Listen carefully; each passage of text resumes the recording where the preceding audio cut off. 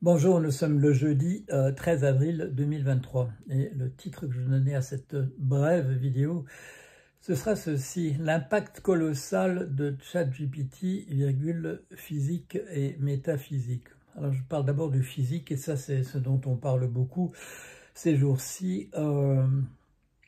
Je suis convaincu, moi personnellement, bon, j'ai un peu regardé la question de près, je ne suis pas le seul, il y a des gens qui ont examiné la question de près aussi, qui sont du même avis. La singularité a eu lieu, même s'ils marchent sur des œufs. Moi je ne vais pas faire comme eux, à dire cette chose dont on parle et que peut-être a eu lieu déjà, etc. Je comprends pourquoi ils le font, il ne faut pas effaroucher le public, il ne faut pas affoler le public. J'ai employé le mot, puisque le mot existe, le moment où l'intelligence artificielle, ou le moment où la machine intelligente aura dépassé l'intelligence humaine et dont les conséquences seront visibles rapidement. Je vous rappelle que le choc a eu lieu en octobre-novembre de l'année dernière, quand un grand nombre de personnes, y compris vous, ont commencé à avoir accès à un outil qui s'appelle ChatGPT, qui représentait la version 3 ou la version 3,5 d'un logiciel qui s'appelait GPT. Maintenant, le 4 est disponible. Il y a eu des conversations étonnantes qui ont été publiées dans la presse. Je suis allé voir ça de tout près. Je m'étais convaincu que, à partir de la connaissance que j'avais, que effectivement, une base de données, même énorme, liée à un réseau neuronal, ça ne pouvait pas produire des choses qui seraient de l'ordre véritablement de l'humain. Mais je n'avais pas tenu compte du fait qu'entre les deux, on a mis un machin qui s'appelle un transformateur, transformer, et je crois que c'est là que ça se passe, c'est là que la singularité a eu lieu, le fait que c'est là que la machine a pu dépasser assez rapidement l'être humain. Déjà avec ChatGPT, avec la version 3 ou 3,5, les copies rendues aux examens, faites par la machine plutôt que l'être humain, ont déjà obtenu, je dirais, de manière systématique des cotes, des notes de 17 ou de 18, il se passait quelque chose. La version GPT-3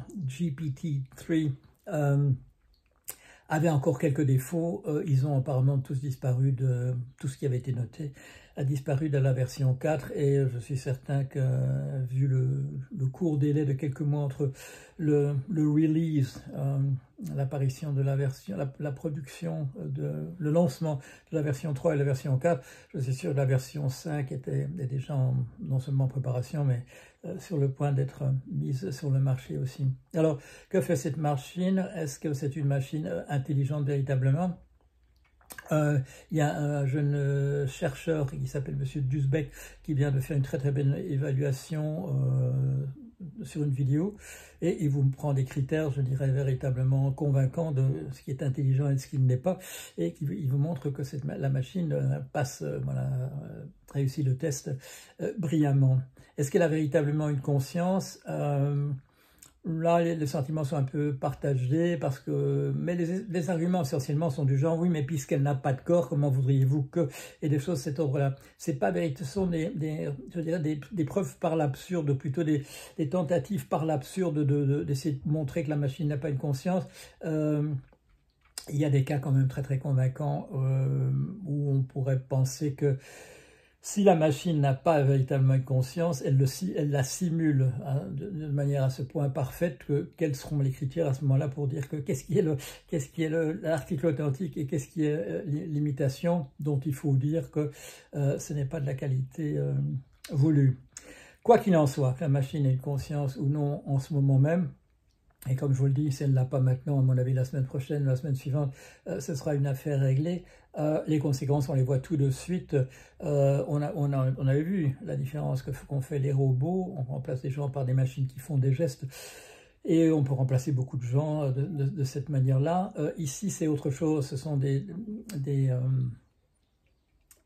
métiers extrêmement créatifs, comme graphiste, comme la capacité, l'expertise qu'on peut avoir à rédiger des rapports extrêmement convaincants sur un sujet en ayant rassemblé une très grande information. Tout ça va être fait rapidement par la machine, beaucoup mieux. Oui, on aura encore besoin pendant un certain temps à la fois je dirais, de regarder pour être sûr qu'il n'y a pas d'erreur du tout. Il faudra aussi apprendre, ça ce sera peut-être pas donné à tout le monde, mais enfin, avec un peu d'entraînement, à poser les questions, à bien poser les questions. Si on pose pas bien la question, ou si on pose bien la question, le résultat est quand même extrêmement différent. Mais j'ai posé moi-même la question à ChatGPT, très poliment, vous voyez, je ne l'ai pas tutoyé, donc je plaisante, c'est indifférent, mais j'ai posé la question, est-ce que vous avez le sentiment que vous appartenez, qu'il y a un saut qualitatif entre ce que vous êtes capable de faire et de ce que fait l'être humain? Et là, il ou elle répond toujours de la même manière, non, parce que c'est à partir de savoir qui a été rassemblé à partir de conversations humaines que je suis capable de raisonner comme je le fais. Oui, c'est vrai, mais la capacité d'accéder à des milliers de milliards, parce que c'est de ça qu'on parle, de données, elle n'est donnée ni à vous ni à moi, on n'a pas le temps de le faire. On peut faire des recherches Google et rassembler l'information qu'on trouve là, on peut regarder sur Wikipédia, on a déjà beaucoup de choses, mais avoir accès à l'ensemble du savoir humain, la machine peut le faire et ça fait une différence, même si, je dirais, par fausse modestie, elle me répond à ce moment-là, ben, finalement non, en gros je fais la même chose que vous. Il y a quelque chose qui émerge. Aussi, dans cette partie de la machine qui est appelée le transformateur, j'ai pas encore compris exactement comment ça marche, je veux dire, dans les détails. J'ai vu déjà plusieurs exposés de personnes qui s'approchent d'avoir, je dirais, plus ou moins bien compris comment ça marche, mais il y a toujours un aspect, je dirais, un peu boîte noire. Il y a pas mal de choses qu'on a fait maintenant dans ce domaine de l'intelligence artificielle qui ne sont pas véritablement de la science appliquée. C'est pas nécessairement à partir d'un modèle bien conçu, logique, cohérent, sans erreur, que ça a été fait. Il y a pas mal qui a été fait par essai et erreur. Pourquoi? Parce qu'on peut se permettre, parce que la machine a des ressources extraordinaires maintenant. Et il y a des choses qui ont été faites, même dans ce domaine de l'intelligence artificielle, qui ont été faites par essai et par erreur. Et quand ça marche, ça marche. Et on se gratte parfois la tête à se demander pourquoi ça marche exactement.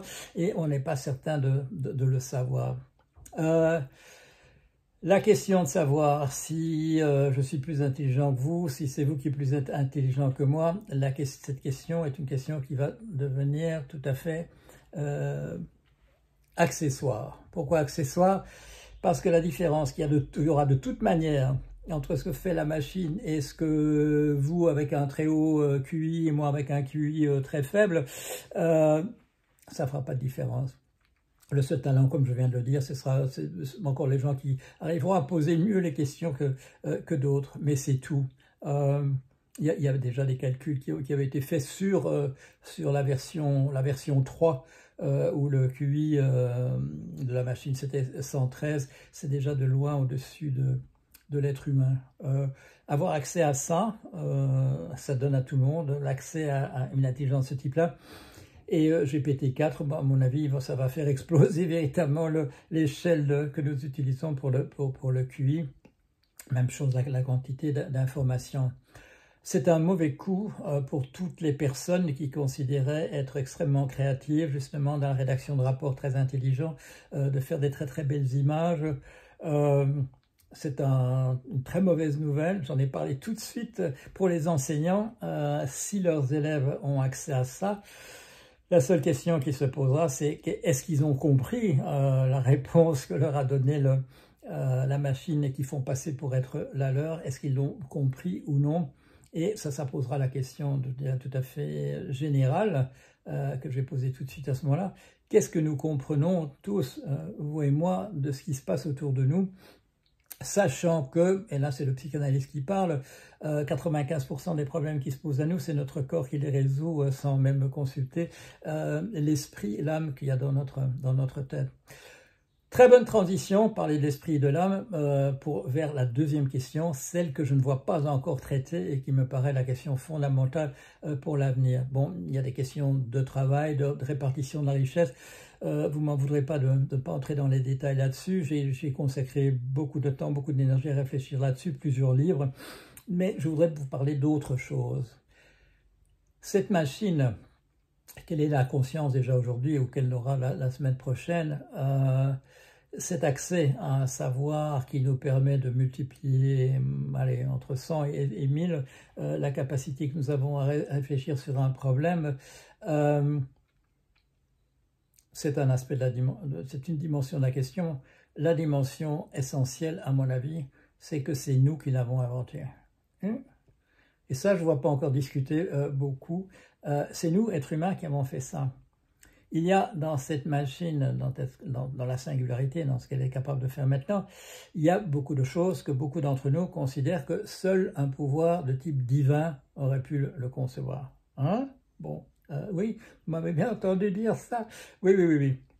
Ce pouvoir que nous, êtres humains, venons de créer, c'est un pouvoir que nous avions attribué uniquement à des êtres surnaturels, pas des êtres humains. Les religions ont joué un rôle considérable dans l'histoire de l'humanité. Elles ont apporté un confort moral, des règles éthiques. Elles ont amené aussi, parce qu'il y en a eu de différents qui n'étaient pas d'accord, énormément de morts dans des circonstances en général abominables.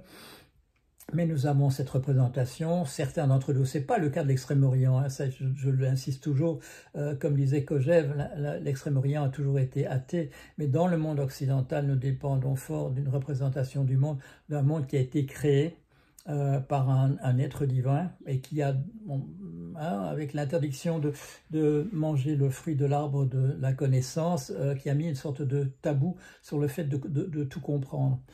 C'est moi Dieu qui me suis occupé de ça, je sais encore un très grand nombre de choses, ne vous mêlez pas trop d'essayer de comprendre ça, et surtout de vous mettre à ma place. Et dans notre philosophie, il y a des gens qui ont représenté ce point de vue. Il y a je dirais le courant inverse. Par exemple, comme des gens comme Spinoza, qui allaient vers une représentation où le divin était tout à fait absent, ou Nietzsche, mais il y a en particulier, avec une influence encore considérable de nos jours, Heidegger qui se situe dans cette tradition que le savoir est dangereux. Quand vous avez des textes de ces leçons, il s'interrompt très souvent en disant « tremblez ».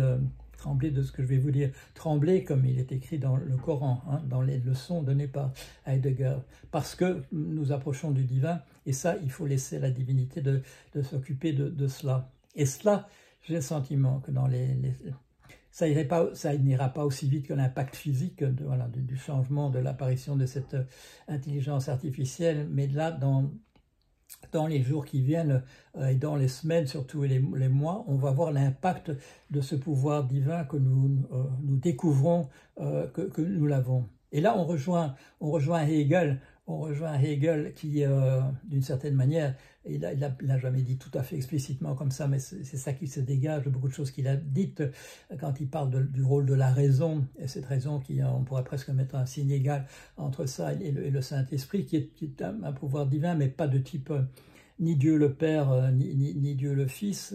Cette idée, reprise d'ailleurs par Teilhard de Chardin, que la divinité que nous imaginons, elle n'est pas derrière nous. C'est pas elle qui a créé le monde dans lequel nous sommes, mais cette divinité, elle apparaîtra à l'avenir, à un horizon. Alors la question à 1000 francs, c'est est-ce que cette divinité que Hegel et Teilhard de Chardin voyaient dans l'avenir, est-ce qu'elle est apparue en octobre dernier, ou bien est-ce qu'elle apparaîtra au mois de juin ou au mois de septembre de cette année-ci? Mais en tout cas, si les débats sont aujourd'hui à combien d'emplois remplacer, faut-il reprendre cette idée, j'avais lancé un jour de taxe robot, j'appelais Taxis Mundi, etc. Ça c'est le débat aujourd'hui, mais c'est notre représentation du monde qui est entièrement en train de vaciller. Il y a eu cette illusion ou cet espoir, ça dépend comment vous voyez les choses, quand est apparue la science moderne et véritablement au 19e siècle, on a posé la question, est-ce que ça va faire disparaître l'idée de Dieu parce que notre connaissance du monde va être à ce point parfaite qu'on n'aura plus besoin de Dieu comme hypothèse. C'est ce que Laplace aurait dit à Napoléon. C'est par Victor Hugo qu'on sait ça, cette anecdote. Victor Hugo dit, Arago m'a dit, ou quelque chose comme ça, que Laplace aurait répondu, le grand astronome, à Napoléon qui lui dit, mais où est Dieu dans votre représentation? Et Laplace lui aurait dit, sire, je n'en ai pas eu besoin. Le remplacement de la religion par la science n'a pas eu lieu. Est-ce que la technologie ne vient pas d'inventer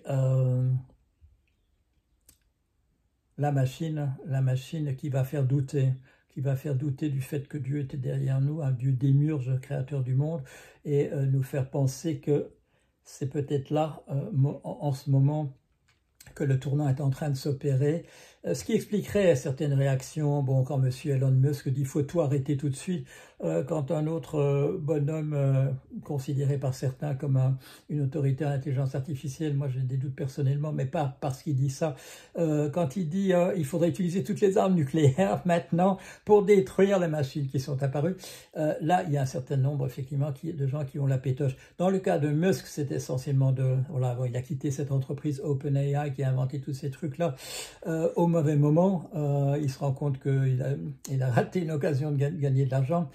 L'autre bonhomme, je dirais, il a un nom très compliqué, excusez-moi de ne pas l'avoir retenu, qui nous dit il faudrait utiliser toute la puissance nucléaire qu'on a pour éliminer ChatGPT et ses descendants.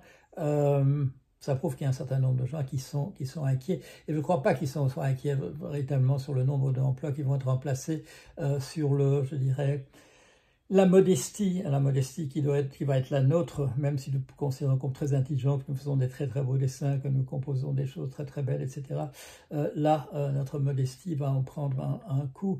Mais le fait que, à titre individuel, notre modestie va en prendre un coup, je crois, ne doit pas faire disparaître la leçon extraordinaire qui se trouve cachée dans ce qui vient de se passer. C'est nous, les êtres humains, qui avons inventé ça. Nous avons inventé autre chose. Nous avons inventé quelque chose de supérieur à nous en possibilité de capacité de réflexion, alors que nous identifions très fort à notre intelligence là, la modestie qui va devoir être la nôtre à titre individuel, à mon sens, devrait être doublée de l'incroyable fierté de l'espèce, qui est peut-être en fin de parcours en tant qu'espèce naturelle, parce que je ne vous apprends rien, elle a foutu en l'air entièrement son environnement, mais nous avons peut-être véritablement créé nos successeurs, et en tout cas nous avons fait une chose dont nous avons la preuve que ça existe ailleurs dans l'univers, nous n'avons aucune preuve de ça, bien que nous cherchions, nous avons créé quelque chose d'entièrement neuf et pas du tout à partir de cellules fondées sur des molécules de carbone comme c'était le cas pour le vivant jusqu'ici. Nous avons inventé quelque chose d'autre et nous avons réalisé véritablement quelque chose avec une capacité qui était seulement celui d'entités mythiques ou en tout cas surnaturelles dans nos représentations. Seuls des dieux étaient capables de faire ce que nous avons fait en ce moment et je crois que tout particulièrement si on est dans une période d'effondrement, si on est à la veille d'une guerre thermonucléaire, si nous sommes à la veille d'avoir de détruire entièrement ce que nous sommes en tant qu'êtres biologiques, nous pouvons au moins, je dirais, mourir en nous disant mais on a inventé un truc dont pendant des milliers d'années, on a cru que seuls des entités, des êtres surnaturels étaient capables de faire. Et en réalité, nous, on a été capables de faire ça. Et ça mérite quand même, je dirais, Les félicitations du jury et de nous tous. On peut au moins se serrer la main au moment où tout peut être en train de disparaître. On peut se serrer la main en se disant on a été, en tout cas, on a été des génies. Voilà, allez, à bientôt.